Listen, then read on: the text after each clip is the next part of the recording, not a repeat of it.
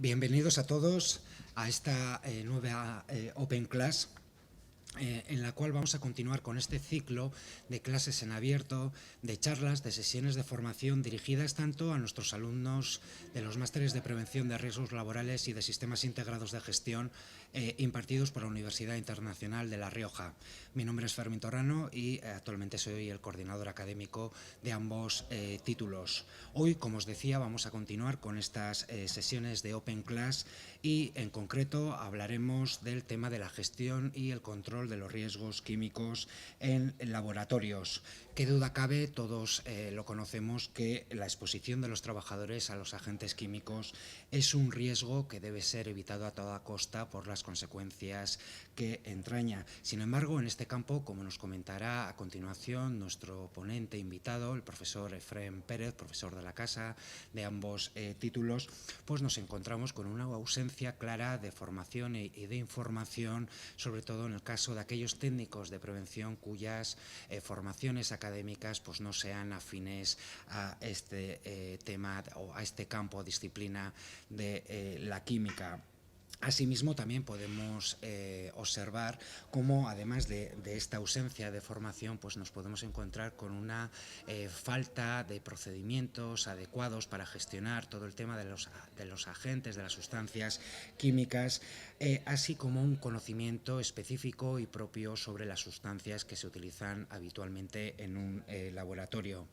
Según la sexta encuesta europea sobre condiciones de trabajo, una encuesta que se realizó a finales de 2015 y que ya nos han anticipado los resultados, pues se observa además cómo la manipulación de los agentes químicos pues se ha incrementado sustancialmente en los lugares de trabajo, lo cual pues implica por parte de los técnicos y de las empresas pues una gestión adecuada de estos productos, pues con objeto, todos sabemos, y cumpliendo con la ley de prevención de riesgos laborales, de evitar las consecuencias y los perjuicios para la seguridad y la salud de los trabajadores. Asimismo, la importancia de los agentes químicos también es una cuestión creciente y, por ejemplo, el último volumen de la revista Seguridad y Salud en el Trabajo, que como bien saben es la principal revista profesional en el campo de la prevención de riesgos laborales, pues está dedicada en exclusiva al tema de la exposición a agentes químicos. También en este volumen podrán encontrar un artículo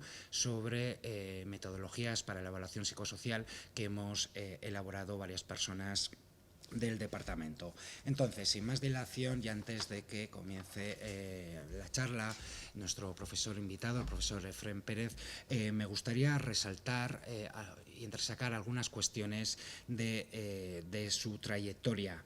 En concreto, el profesor Efrén es doctor en Ciencias Químicas y tiene una amplia y dilatada experiencia investigadora y también con una gran experiencia en temas de gestión y responsabilidad en diferentes laboratorios.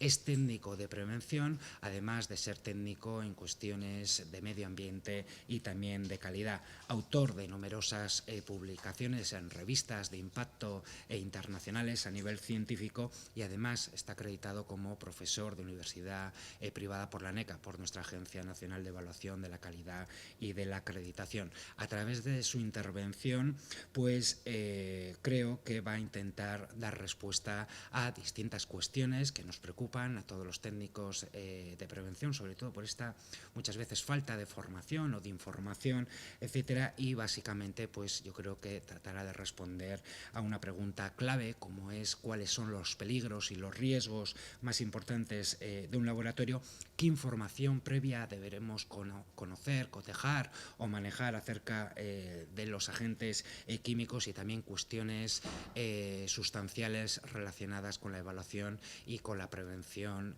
de los riesgos asociados a la exposición de estos agentes. Básicamente tratará de dar respuesta a estas cuestiones, además de a muchas otras. Entonces, sin más dilación, voy a dar paso al profesor Efrén Pérez. Efrén, bienvenido, muchísimas gracias por participar en esta Open Class. Te cedo la palabra cuando quieras. Muchas gracias, Fermín, por esta presentación tan amable que me ha realizado. Antes de iniciar, me gustaría agradecer a la Universidad Internacional de La Rioja la oportunidad que me ha dado para participar en esta sesión, en esta Open Class. Hemos tratado de coger un tema genérico, y así lo hemos reflejado en el título de la presentación, que se llama Gestión y control de riesgos químicos en el laboratorio. Bien, no vamos a profundizar en ningún aspecto concreto, porque los laboratorios son muy variados en función de su actividad, pero sí vamos a ver aspectos generales que aplican a casi todos los laboratorios. Vamos a hacer una breve introducción, vamos a ver aspectos relativos e históricos sobre la exposición a agentes químicos de los trabajadores o de personas que han sido afectadas por estos agentes. Vamos a ver también el marco legislativo, cuáles son las principales leyes, reales decretos o reglamentos que están a día de hoy vigentes en España y en Europa.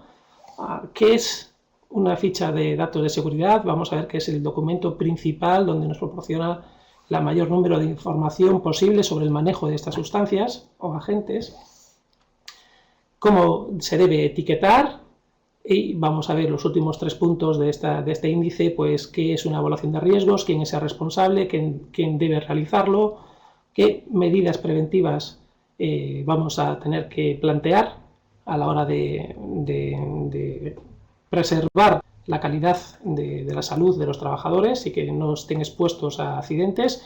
Y también veremos en la última parte de la charla pues algunas medidas específicas que son también comunes a diversos laboratorios. Si vemos lo que nos rodea, nuestra calidad de vida, pues podemos decir que la actual calidad de vida que tenemos está afectada por los desarrollos que sufrido diferentes disciplinas y entre ellos la química. La química está presente en casi todos los aspectos de nuestras vidas, incluso la ropa que llevamos, hay agentes químicos que han sido manipulados para tener la ropa que tenemos, ya no digamos pues pinturas, nuevos materiales, plásticos, etcétera. O incluso pues un ámbito tan importante como los fármacos, que al final un fármaco ha sido elaborado probablemente a través de multitud de reacciones, multitud de purificaciones que cuando nos tomamos ese fármaco lo hacemos de forma segura, pero seguramente los procesos que han desarrollado anteriormente para conseguir ese fármaco pues son procesos que entrañen peligros. Como vamos a ver esta charla, peligros químicos, os he puesto esta imagen, que es una imagen de un laboratorio típico de investigación, de la especialidad donde he desarrollado la tesis, donde podéis ver pues multitud de frascos, multitud de vidrio y etiquetas de todo tipo. En los laboratorios vamos a encontrar muchos riesgos y riesgos muy diversos, ¿no? Pueden ser riesgos comunes, pero vamos a centrar la charla de hoy en riesgos asociados a agentes químicos. Y cuando hablamos de agentes químicos tenemos que tener bien claro que en función de la naturaleza de esos agentes pueden provocarnos daños de muy diferente índole.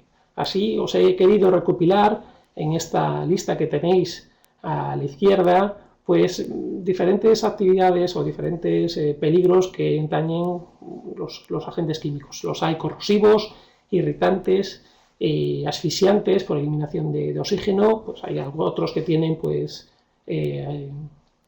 efectos narcóticos o anestésicos, sensibilizantes, produciendo pues pequeñas o leves enrojecimiento de la piel, por ejemplo, pero también los hay tóxicos, nocivos, explosivos, cancerígenos, mutagénicos, etc. O incluso hay que también poner de manifiesto que el nuevo desarrollo, el gran desarrollo de productos nuevos que se están implantando, imaginemos los compuestos en boga últimamente, que son los nanocompuestos, ese tipo de compuestos todavía no hay una experiencia con ellos para determinar qué daños potenciales van a tener esa exposición de esos nanocompuestos a los trabajadores en un futuro, porque simplemente hasta hace muy pocos años ni siquiera existía. Por eso no debemos nunca de bajar la guardia, no debemos nunca de avanzar en el terreno de conocer qué factores de riesgos son presentes en nuestros laboratorios, en nuestros centros de trabajo.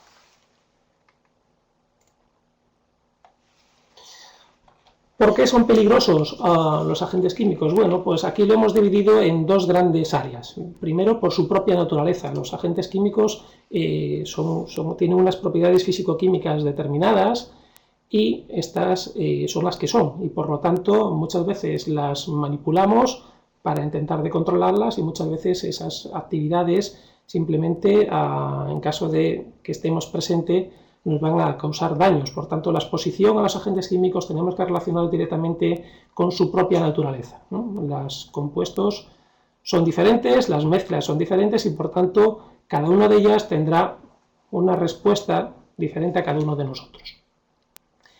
Pero, además, nosotros como personas que podemos estar expuestos a estos agentes, no vamos a reaccionar, o nuestro organismo no reacciona de la misma manera, porque somos personas que tenemos nuestro propio sistema inmune y por tanto tenemos nuestra propia respuesta. Cuando se habla de límites ambientales, exposición a agentes químicos, tenéis que recordar que son límites estadísticos, medios, pero puede haber personas que esos límites los tengan más bajos y por tanto tengan una reacción más importante a la exposición de ciertos compuestos que la media. Esto se pone de manifiesto, por ejemplo, en los primeros años cuando cursaba químicas, que entramos en la promoción cerca de 300 alumnos y siempre había, pues, por cada promoción, una o dos personas que la primera vez que entraba en los laboratorios, bueno, pues tenía erupciones, le costaba respirar, y luego haciendo las pruebas pertinentes, las pruebas médicas pertinentes, se detecta que esas personas tienen una hipersensibilidad a algún compuesto presente en el laboratorio cuando a la media, al resto del personal, no la afectaba en ninguna de esas condiciones. Por lo tanto, tenemos que detectar que la exposición a ciertos agentes no es constante. Las personas vamos a reaccionar en función de nuestro propio sistema. Esto no quiere decir que si una persona tiene una resistencia a exposición a agentes químicos determinada, no vaya a cambiar con el tiempo. Esto no es cierto. A veces, por cualquier motivo, porque tengamos el sistema inmune deprimido o porque hemos tenido una sobreexposición, el cuerpo tiende a modificar la respuesta y, por tanto, podemos pasar a ser en cualquier momento personas con especialidad sensibilidad. ¿De acuerdo? Otro de los problemas es la alta reactividad de los compuestos químicos. Esto lo aprovechamos para construir, por ejemplo, a partir de monómeros, polímeros plásticos, pero esta reactividad de algunos agentes químicos también pueden dar reacciones indeseadas y peligrosas.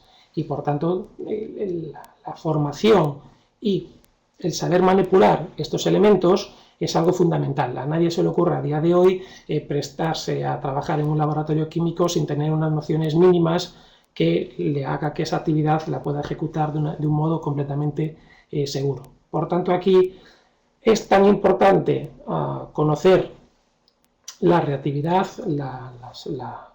los agentes químicos, la potencialidad de hacernos daño, como saber manipular adecuadamente esos elementos. Muchas veces invertir el orden de factores con que se añade ciertos reactivos puede provocar que una reacción vaya bien o sea explosiva. Por lo tanto, aquí tenemos que hacer hincapié que deberíamos de tener todas aquellas personas que manipulamos sustancias y trabajamos en los laboratorios, pues una formación adecuada a los procedimientos, a los trabajos que vamos a realizar. Además, la manipulación o la exposición a los agentes químicos no solo hace daño a las personas que lo manipulan, sino que si no tenemos el ambiente controlado podemos provocar una contaminación ambiental que puede ser más o menos grave si esa contaminación no es controlada.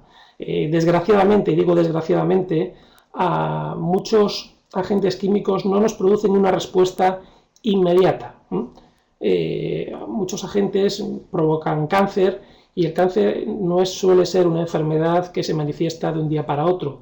Digo suerte, vais a ver por qué, porque si se detectara que al respirar, al inhalar o al ingerir un compuesto pues tengamos indicios de cáncer, podríamos poner paliativos muy rápidamente. El problema es que vamos acumulando ciertas sustancias que nos van haciendo un daño a lo largo del tiempo, y este daño muchas veces no somos conscientes de que lo estamos adquiriendo con el paso del tiempo. Es fundamental trabajar en espacios libres de cualquier sustancia química, sobre todo aquellas que nos pueden hacer daño a lo largo del tiempo. Nuestra vida profesional la vamos a ejecutar aquellos que trabajamos en laboratorios, pues vamos a pasar muchas horas manipulando sustancias, y por tanto hay que reducir al mínimo ese tipo de exposición para que no tengamos problemas a lo largo del tiempo. Las vías de entrada de estos elementos, de estos agentes químicos, prioritariamente son la inhalatoria y la dérmica, ¿no? La inhalatoria, cualquier sustancia gaseosa o sólido o líquido que tenga una presión de vapor suficiente, pues si nos trabajamos en las condiciones adecuadas, pues le estaremos inhalando y estaremos respirando esos productos. Y la dérmica también, por contacto directo, por accidente o contacto accidental de cualquier sustancia, también pasaría lo mismo, podemos sufrir daño por contacto directo. La vía digestiva y la vía parenteral no es tan habitual, pero puede darse si no mantenemos unas pautas higiénicas mínimas. La contaminación, si no sabemos manipular los guantes que hemos utilizado y han estado en contacto con productos, o si tenemos heridas y no las tapamos y pues, sufrimos cualquier contacto accidental, bueno, una herida abierta, pues la transmisión del agente químico al torrente sanguíneo lo estamos facilitando muchísimo. Por lo tanto, vamos a intentar siempre tener unos buenos procedimientos estandarizados de trabajo. Vamos a instruir a los trabajadores que hacen su labor, pues cómo deben de proceder, qué es lo que tienen que atender antes de ponerse a trabajar, y eso es lo que vamos a ver a continuación. No se entendería dónde estamos sin revisar la historia de la química. En la historia se ha promovido en numerosos accidentes, y de esos accidentes hemos sacado bueno, pues información suficiente para darnos cuenta de que es un mundo apasionante, pero también altamente peligroso. Aquí os indico un accidente que ha promovido un cambio legislativo muy importante, que es un accidente que se promulgó en la localidad de Seveso, que está al norte de Italia. Este accidente, de forma muy resumida, se trata de que una multinacional que estaba haciendo un plaguicida, por diferentes motivos, por una mala praxis, por una dejadez, pues un viernes a última hora los trabajadores se equivocaron a la hora de adicionar unos compuestos para hacer el plaguicida, y coincidió que era viernes, se fue todo el mundo, dejaron el reactor parado, sin actividad, y aquello provocó que una reacción muy grave, una explosión, que esa explosión promovió que se generara este compuesto que veis en la pantalla, el TCDD, que es el tetraclorodibenzoparadiosina. Este compuesto se estima que se produjo en una cantidad entre 1,5 kilos y 3 kilos. ¿no? Se estima que no más de 3 kilos hizo el siguiente efecto que vamos a ver. Este compuesto es uno de los componentes del gas naranja. El gas naranja es un gas que se utilizó militarmente en Vietnam para la deforestación de la selva, pero aparte de ser un agente deforestante, es un compuesto pues, extremadamente tóxico y con capacidad cancerígena conocida. La explosión que se produjo en Seveso en el año 76 tuvo varias fatalidades. Una de ellas es que una vez que se produjo la liberación de este compuesto, se tardó 4 días en empezar a tomar medidas, algo que a día de hoy sería impensable. Esos 4 días produjo que la nube tóxica repartiera este elemento por una extensión muy amplia, donde se contaminó gran parte de la zona. Algunos números de esa contaminación es que al menos 1.600 personas tuvieron que ser examinadas por médicos, de las cuales 400 tuvieron problemas de piel. Se ha tenido que sacrificar nada más que 80.000 animales, porque este compuesto es una dioxina altamente persistente que no tiene degradación, se empieza a degradar creo que a partir de 800 grados y por tanto en condiciones ambientales este compuesto tiene unos efectos muy dañinos y no se elimina. Por lo tanto aquí la empresa multinacional acordó con el gobierno italiano pues unas indemnizaciones de más de 10 millones de euros en los años 80 para recuperar la zona, una indemnización altamente elevada. También se produjeron pues, más de 400 interrupciones voluntarias de embarazos de mujeres, aunque esta práctica era prohibida en Italia, debido a estas circunstancias, debido a este accidente, se permitieron por la excepcionalidad. Bueno, ¿por qué os comento este caso? Este caso marca un antes y un después en la supervisión, en la vigilancia de sustancias químicas peligrosas. Así los años ya, en el 82 o los años 80, se crearon las primeras directivas para proteger, regular las instalaciones químicas. Hoy en día es impensable que una instalación química de estas características esté cercana a una población o que no tenga unos sistemas mínimos de seguridad para que si se produce una explosión tener un pulmón, un envolvente que recoja esos gases y no se liberen como se liberaron al medio ambiente. Lo importante es que se aprendió de este error. Es curioso porque en este accidente no hubo personas, no hubo muertos. En el accidente coincidió el fin de semana, no había nadie y por tanto no hubo muertos. Sin embargo, la repercusión fue tremenda por lo que ha causado medioambientalmente y cómo se detectó problemas graves en el diseño de la planta. Esta directiva, conocida como Directiva Seveso, ha tenido diferentes actualizaciones. La última, la Directiva Seveso 3, es del año 2012, que lo que ha promovido es que a partir del año pasado 2015, pues las revisiones de las industrias químicas se siguen mejorando a día de hoy. Bien, el marco legislativo que aplica a los laboratorios, tenemos varios niveles. El primer nivel es la Ley 3195, que es la Ley General de Prevención de Riesgos Laborales. Esta ley general, que es aplicable en España para todas las actividades y todas las empresas, lógicamente aplica también a los laboratorios químicos. Está articulada por el Real Decreto 3997, que es el Reglamento de los Servicios de Prevención.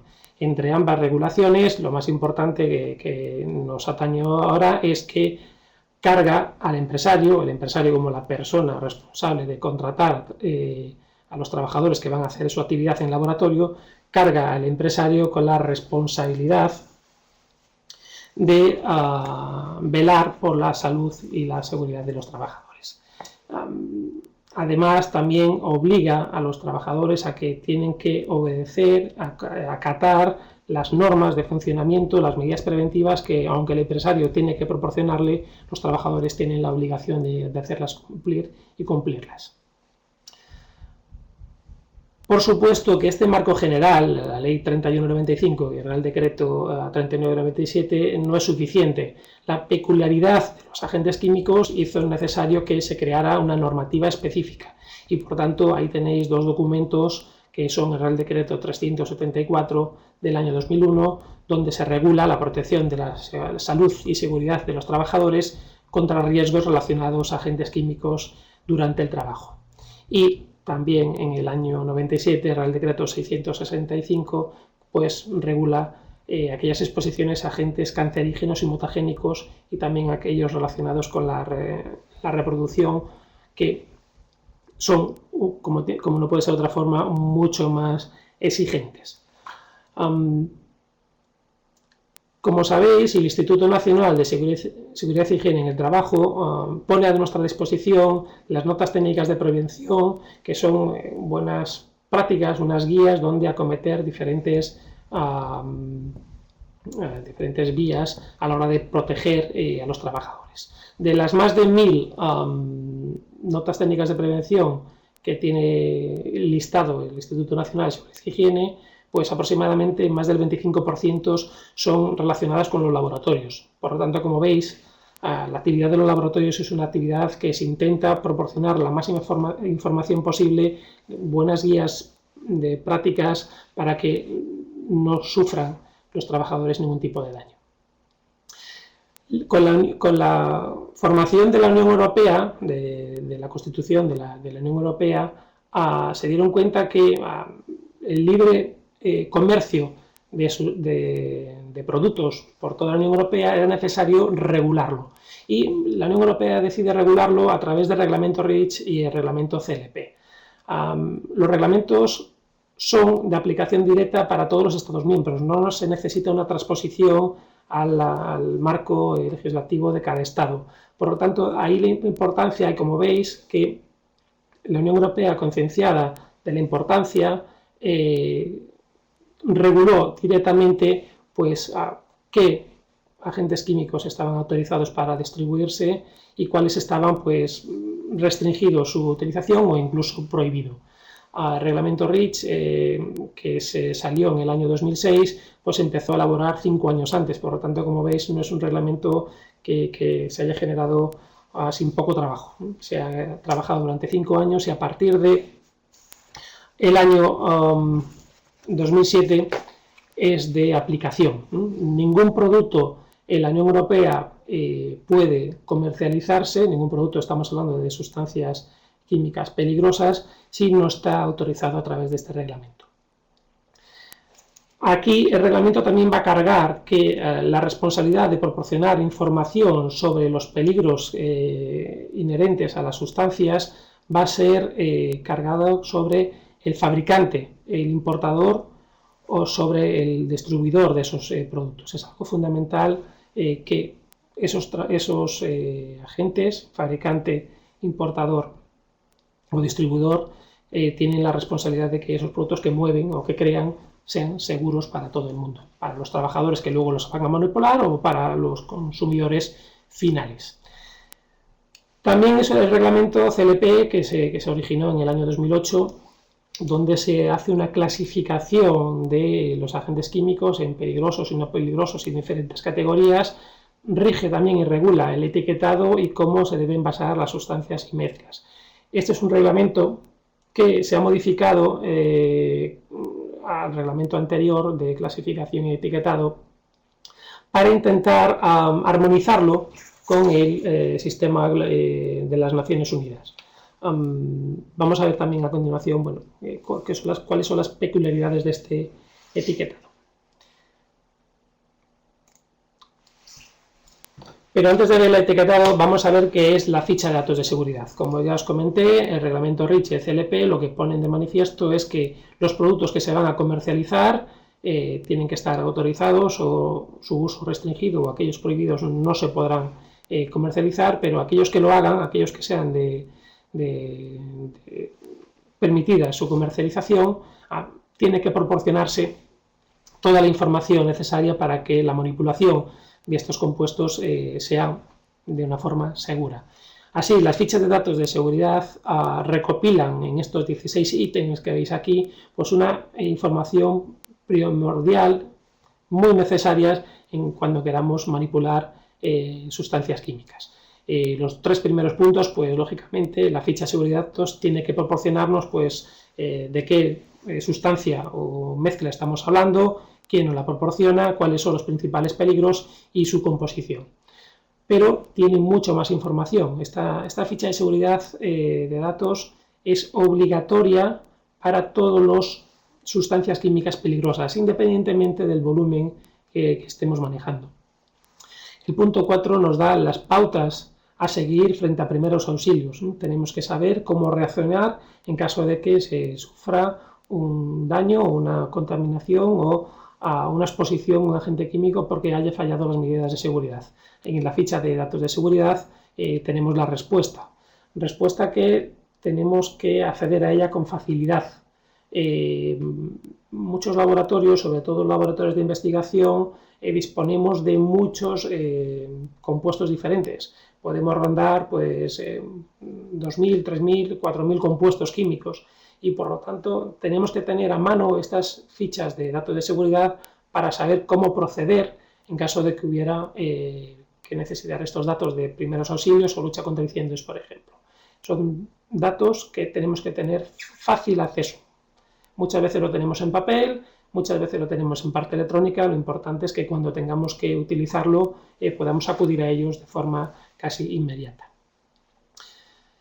También nos da respuesta sobre qué hacer en caso de un vertido accidental, cómo recolectar, cómo recuperar un producto. Pues no todos los productos se pueden recuperar igual. Habrá productos que no podemos añadir un absorbente porque no sean absorbibles, etcétera. O si tenemos el típico derrame de mercurio, que ya no debería haber termómetros de mercurio en los laboratorios, pero cuando tenemos un derrame de mercurio, la recuperación debe hacerse con una amalgama de azufre y no intentar recogerlo directamente porque se nos va a escapar por la propia naturaleza del mercurio, que es altamente tóxico. Sus vapores son realmente nocivos. Bueno, pues en la ficha de datos de seguridad tenemos cómo atacar ese vertido accidental.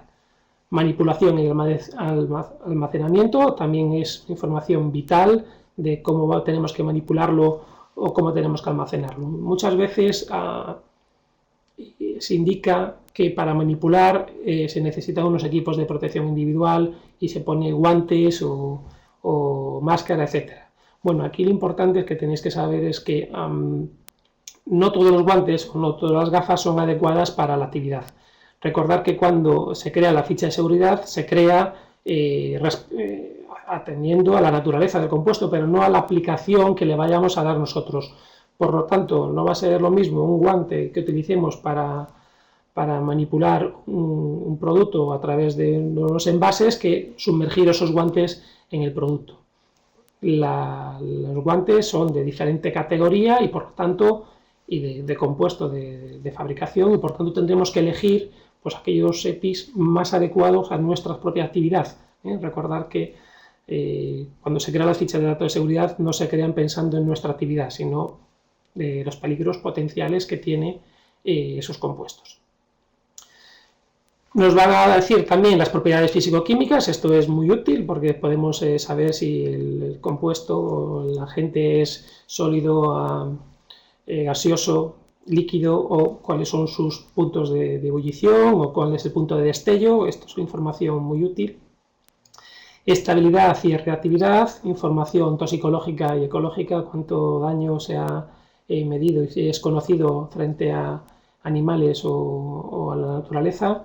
Consideraciones relativas a cómo eliminarlo, también es algo fundamental, conocer cómo nos desprendemos de estos agentes una vez utilizados, y es que tenemos que eliminarlo correctamente. Cualquier producto peligroso tiene que tener un tratamiento de eliminación concreto y por tanto no lo podemos echar al vertedero, no podemos desprendernos de ellos alegremente.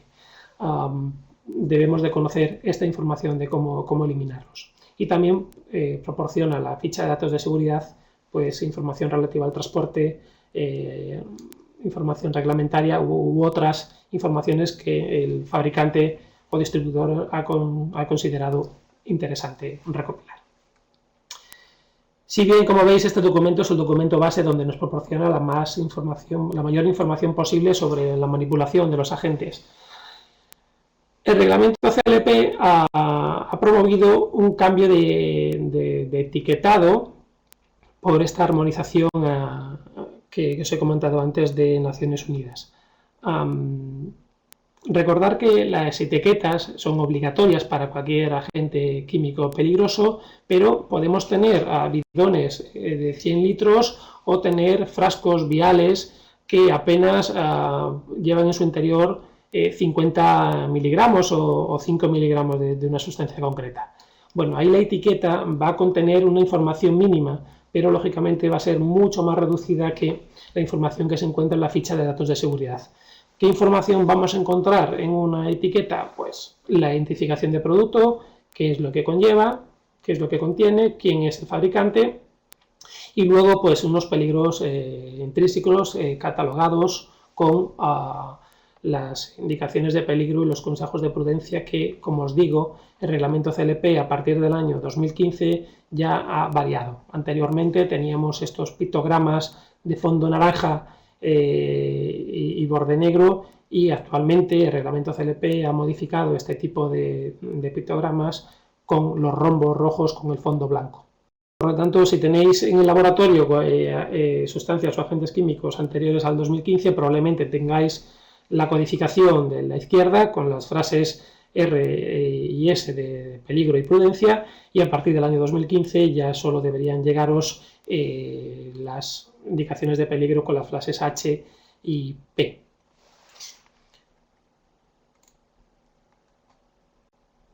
Bueno, tal como os comentaba, tanto la ley 3195, la Ley General de Prevención de Riesgos Laborales, como la específica de gestión de exposición a riesgos químicos, el Real Decreto 374 del 2001, pues carga al empresario responsabilizarse de la evaluación de riesgos, de hacer una identificación de todos los riesgos potenciales que pueden estar expuestos sus trabajadores, hacer la correcta evaluación de riesgos y posteriormente crear un plan preventivo. Pudiera ser, y es fácil que los responsables del laboratorio no tengan formación para poder proporcionarle estas pautas de trabajo a sus trabajadores, y por tanto el empresario lo que puede es contratar, o bien a través de una modalidad externa, a través de un servicio de prevención ajeno normalmente especializado. Recordar que este es un campo muy peculiar y suele ser multidisciplinar a la hora de enfocar las medidas preventivas que tenemos que tener en mente, o proponer pautas, procedimientos de trabajo estandarizados. Y así muchas veces una formación de químicas es necesario para comprender en profundidad los riesgos a los que están expuestos los trabajadores dentro de un laboratorio.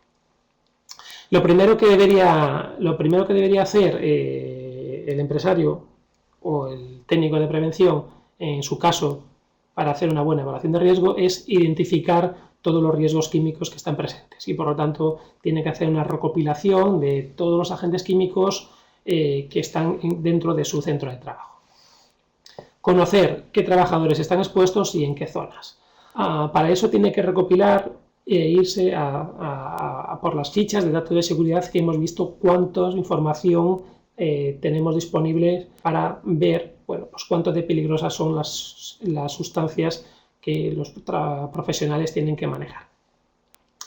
También deberíamos de comprobar, y así el Instituto Nacional de Seguridad y Higiene en el Trabajo mantiene actualizado el listado de valores límite de exposición profesional, tanto ambientales como biológicos. Y sobre todo, si en el laboratorio tenemos agentes cancerígenos o mutagénicos, o que tienen problemas generan problemas para la reproducción, tenemos que conocer que la legislación específica nos dice que si hay al menos una alternativa técnica para eliminarlos, tendremos que seguirla. No podemos utilizar este tipo de compuestos siempre y cuando haya alguna alternativa. Por lo tanto, ahí tenemos que hacer especial hincapié, recopilar esos agentes y ver si existe una alternativa. Tendremos que ir a por ella, porque lógicamente será una alternativa que no tenga la utilización de estos agentes tan dañinos.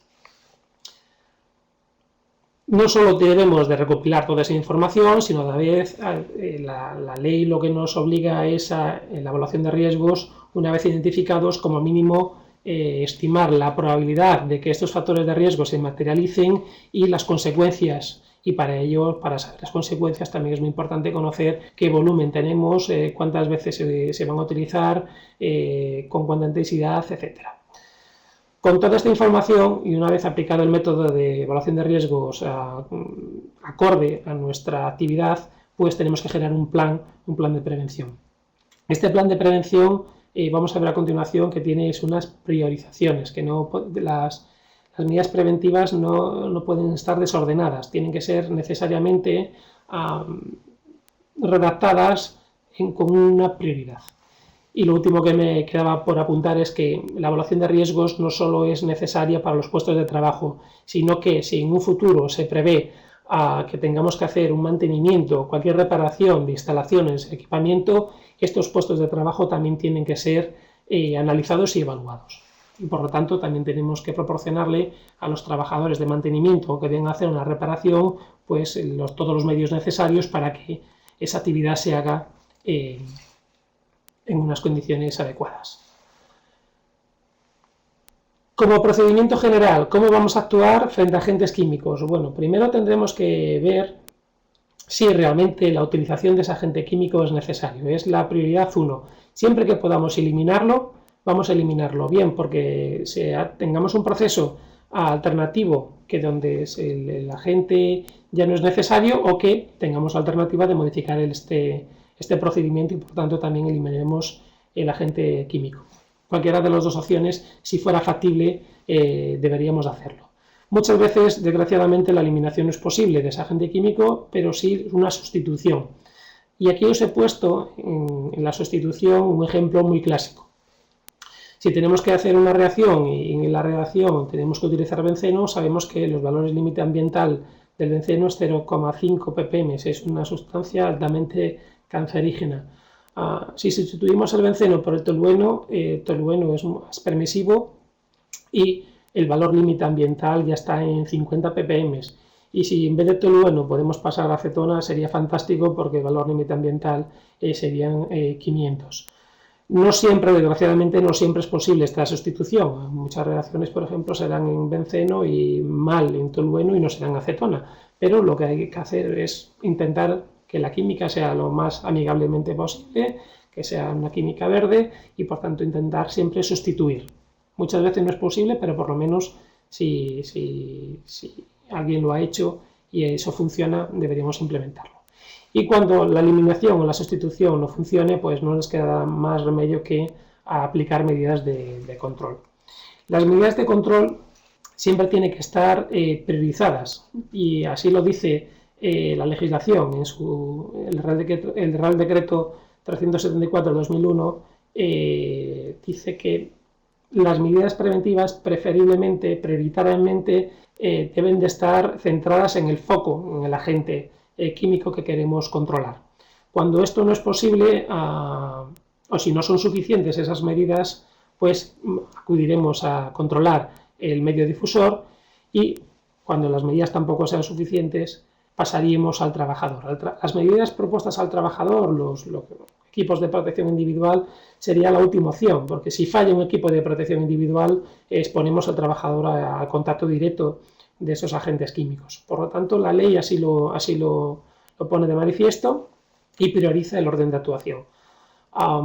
También hay que destacar que el coste económico de cada una de estas medidas es inversamente proporcional a este orden. Normalmente es mucho más barato poner medidas al trabajador, luego al medio difusor y luego al foco. El confinamiento, el cierre del agente suele ser más caro, y las medidas sobre ventilación, aspiración o cabinas es mucho más caro que unos guantes, unas gafas y unos medios de protección individual. Pero la legislación así lo dice, la norma así lo dice. Hay que priorizar las acciones desde el foco hasta el trabajador. Los laboratorios también están expuestos a incendios, y es algo que tenemos muy presente. Si el laboratorio trabaja con solventes orgánicos o sustancias altamente inflamables, bueno, pues no será descabellado que en cualquier momento se pueda producir un incendio. Los medios que tienen que disponer los laboratorios tienen que ser adecuados, y no hay una varita mágica o no hay unas condiciones estándares que funcionen para todos los laboratorios. Es en función de lo que nos encontremos en ese. Aquí os he recopilado que existen diferentes agentes extintores y funcionan más o menos bien en función de la naturaleza de la clase de fuego. Están clasificados como sólidos, líquidos, gases, metales y también los avieléctricos, y en función del agente extintor, bueno, pues funciona mejor o peor. Además de tener claro que no todos los extintores son válidos, aquí también es muy importante tener claro que las personas que van a manejar este tipo de extintores o BIES tienen que tener claro cuáles son las posibles causas si los utilizan mal. Por ejemplo, en un laboratorio, como os he puesto en la primera diapositiva, que está formado por pequeños frascos de vidrio, que cada uno de ellos tiene un material nocivo, entrar en ese laboratorio con una manguera a 7 bares puede provocar que se destruya completamente el laboratorio, que se rompa todo el vidrio y que por tanto montemos un accidente mayor en vez de estar apagando un fuego. Por lo tanto, aquí es fundamental conocer cómo proceder a la hora de enfrentarnos a un fuego. Y esto lo hacemos a través de protocolos de emergencia, protocolos también de primeros auxilios y sobre todo mucho entrenamiento. Los simulacros es algo obligatorio para que la respuesta, en caso de que se produzca, sea adecuada. Y luego yo aquí iría un poco más, aunque no lo suelen poner las guías, iría un poco más lejos diciendo que tenemos de tener cuidado también que no todos los agentes extintores son inocuos, ¿no? Si tenemos un equipo de que vale unos cientos de miles de euros, probablemente acercarnos a él con un agente extintor en polvo, que es altamente corrosivo, pues probablemente apague el incendio en el laboratorio, pero las placas bases y la parte electrónica de ese equipo va a dar muchos problemas en poco tiempo porque se acabará corroyendo, ¿no? Por lo tanto, deberíamos de buscar siempre el medio o los medios extintores más adecuados. En algunos laboratorios donde sí está esto evaluado, podéis ver que a lo mejor tienen 2 o 3 tipos de extintores y habrá que acudir a ellos en función del fuego donde se haya provocado, y la persona que maneje ese extintor tiene que saber, bueno, cuáles son las repercusiones. Ya estamos acabando, me quedan 2 diapositivas, ya que voy un poco mal de tiempo. Almacenamiento de productos químicos. Es algo que vamos a tener que plantear en todos los laboratorios. Siempre deberíamos de reducir al máximo el stock. Esto muchas veces estamos adquiriendo esta costumbre de copiar a otros sectores. En otros sectores como la automoción le funciona muy bien el just in time. El no tener un almacén y que tener un apartado de logística muy robusto, y que intentemos no tener un almacenamiento importante de productos químicos porque tiene un coste, porque hace falta cumplir una normativa y exactamente, bueno, puede ser un polvorín en función de lo que nos encontramos ahí dentro. Si podemos eliminarlo, el almacén, y adquirir aquellos productos en una cuantía que se vaya a usar en un breve espacio de tiempo, sería lo deseable.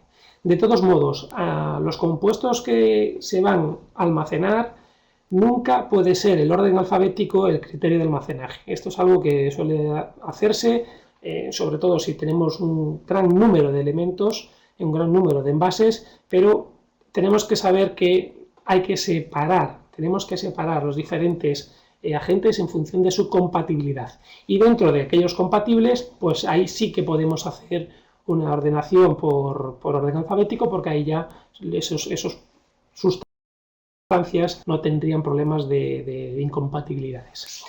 Y la última diapositiva, creo que es la última que vamos a ver, es consideraciones relativas a instalaciones. Y aquí voy a hacer simplemente dos apuntes. A cualquier laboratorio vamos a tener siempre instalaciones eléctricas, que el suministro eléctrico es algo fundamental en cualquier tipo de actividad, y más en los laboratorios. Pero en los laboratorios donde hay ciertos espacios donde pueda haber una nube de acetona, una nube de cualquier solvente orgánico que pueda producir una explosión, una deflagración, tenemos que tener mucho cuidado que esas instalaciones eléctricas sean eficaces y por tanto seguras. Muy bien, Efrén, muchísimas gracias por tu exposición. La verdad que la considero, y yo creo que el resto de las personas que nos están siguiendo pues la habrán considerado muy interesante.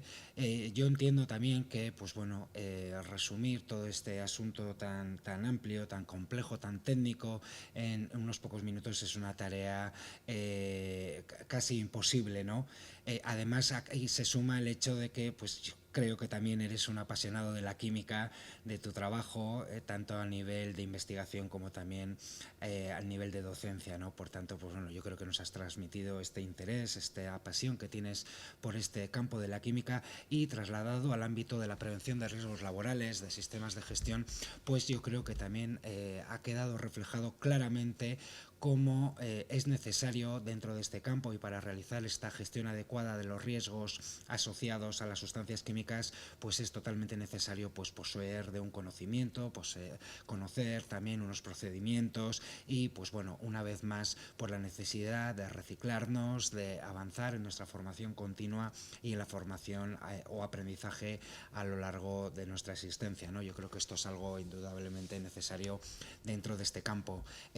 Vamos muy mal de tiempo, ya son las 6:05, estos actos están previstos pues para un poquito menos y al hilo de las cuestiones que nos están trasladando en el chat, pues decir que esta Open Class se subirá al canal YouTube de la universidad en breve, en el plazo de una semana.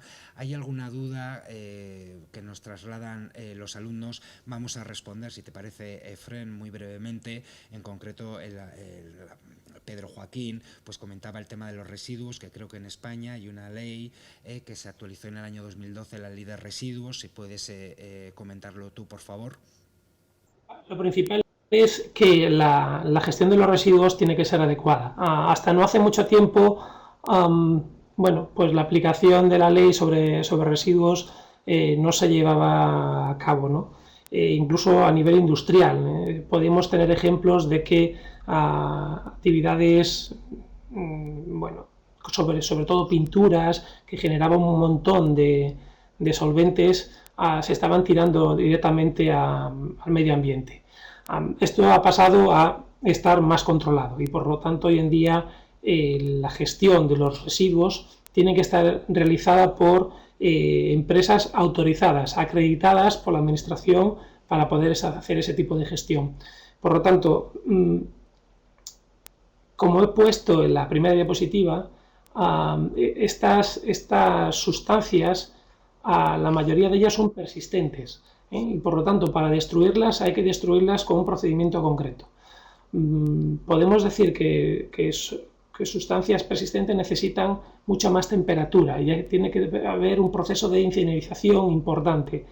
Por lo tanto, aquí las empresas dedicadas a este tipo de destrucción y eliminación de sustancias las solemos contratar, nos dicen cómo le debemos separar o segregar los diferentes residuos y ellos hacen el procedimiento de eliminación a un coste.